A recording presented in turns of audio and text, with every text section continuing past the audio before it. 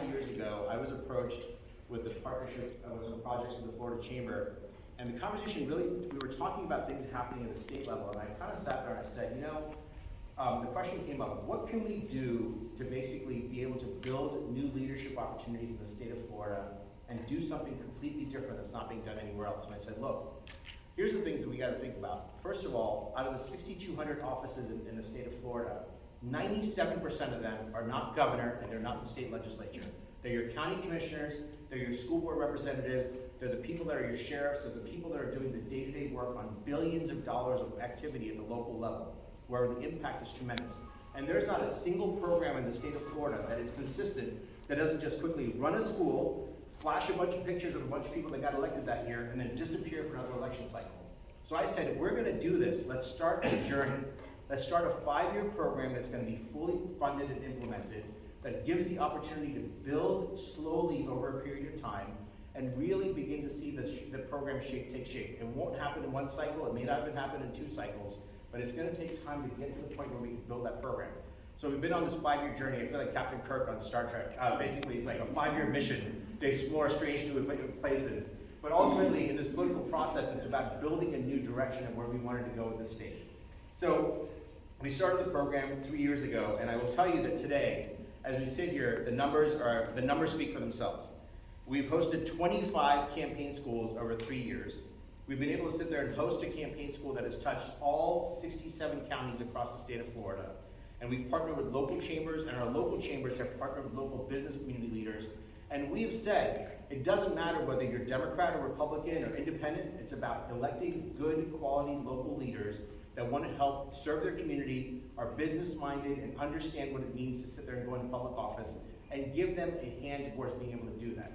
And through that program, we today, as we sit here, have had 928 people that have gone through our school and attended our program. Now, I will tell you, sometimes after day 1, they're like, okay, maybe this isn't quite a fit for me, but I will share that out of those 928 people, 588 people today hold a certificate as graduates of our program. 588. 3 years ago, we didn't have that. That's a 65% completion rate that people go through and get through our program. But here's where it gets even better. When we ask our people, are you interested in running for office? 70% of the people attending our program tell us that they're either currently running or planning to run within the next 2 years. And they're thinking about running. And the question that I often say is, why are you here? And they'll say the following: I don't know how to start. I don't know what I'm signing up for. I don't know if I can do this, and I never thought I would run for office. Those are the 4 things we hear every single time from the people that begin our program. And by the time we get done with the program, I just want to share a couple of things. 85 of our graduates have run for elected office and attended the school. And out of those 85 people, 27 of them are brand new elected officials. Now you might say, wow, almost 90 people ran, 30 people got elected, 1/3. We have more people that ran and didn't win, but they tried. And I want to give as much credit to the 60 people that actually bothered to put their name on the ballot, even if they knew they couldn't make it, as much to the 27 people that we have sitting here on our boards today that are new graduates that would not be in office if it wasn't for this program. In addition to that, we have another 26 people that decided, I'm not interested necessarily in running for office, but I'm going to become an appointed official. And if you think about our state, for the 6,200 positions we have of elected officials, we have 15,000 appointed positions in the state of Florida. Your planning board, where they're making decisions on what buildings are going to go up. Your library boards, where they're deciding about education. Your boards dealing with soil and water or other things like that. All those appointed positions. So we're equally pushing people to say service isn't about necessarily being on the ballot. It's about putting your time into your community and really giving back. So luckily, we have as many people today that are graduates and running and who have gotten elected as they are appointed officials. Sitting here today, as we are right here 2 weeks away from an election, we currently have 35 students who by November could potentially become elected officials. Our numbers could almost double by the time we get through. So as of today, 35 people have gone through our program, made it through the primary, and are now on a November ballot coming up this year. So we're really excited for them. Most of them hopefully are not here and actually campaigning instead of hanging out in Disney World today. So if you're 35 and you're running for office, you shouldn't be here right now, but we'll talk about that later. But that's kind of the program that we've put together. So tonight we have a couple of individuals that have joined us to share their stories. And I really want you to think about, as I introduce these folks and stuff, what you're going to hear. What you're going to hear in common is that These people are all individuals who decided they wanted to step up to public service, that they thought this institute had an opportunity to be able to help them to either make that decision or figure out what they were going to do. And I want to take them and really bring our people that are graduates that are here tonight to take a minute to come up and share their story, because I think that's what this institute's all about. So first, I want to introduce Holly Davis. Holly, while you're coming up, I'm going to quickly introduce you for a minute. Holly is our brand new Citrus County Commissioner in Citrus County. She is actually from an ad agency. She is an owner of a company that works with a lot of advertising. She just recently became the Citrus County Commissioner. So Holly, I wanted you to take a minute to introduce you, welcome you tonight, and have you get a chance to share your story. Please welcome Holly.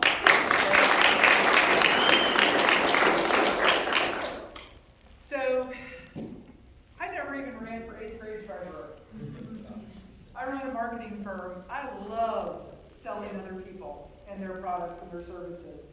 I am not a fan of self-promotion. So, when I was about 29 years into my career, I realized, hey, has marketing changed in the last 29 years? This was 3 years ago. Has marketing changed just a little bit? Yeah. Okay, we got Facebook, we got TikTok, we got Instagram.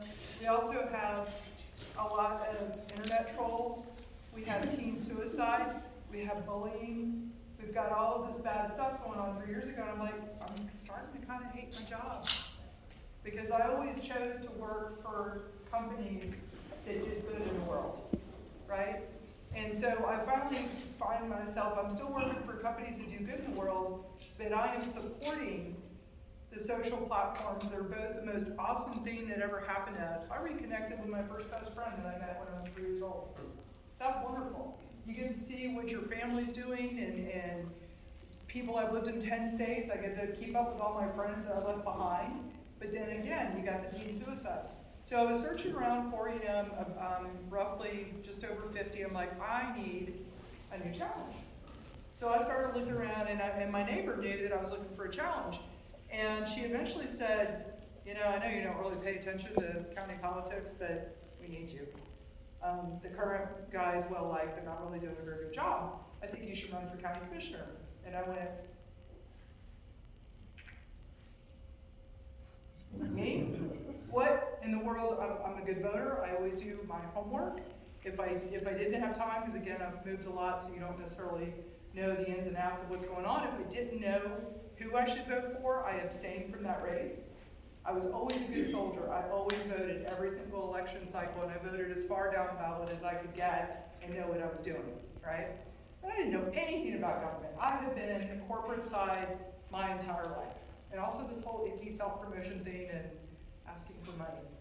So after 3 times of her saying this, I finally looked into it and I went, I'm actually paid. I made a whole career of being an overnight expert in any number of topics. That's actually a pretty good training ground for being a county commissioner, because I read the paper, I'm like, oh, I guess we're talking about this today, and I have absolutely no idea what to do. So then all of a sudden I have to be read up on something very quickly.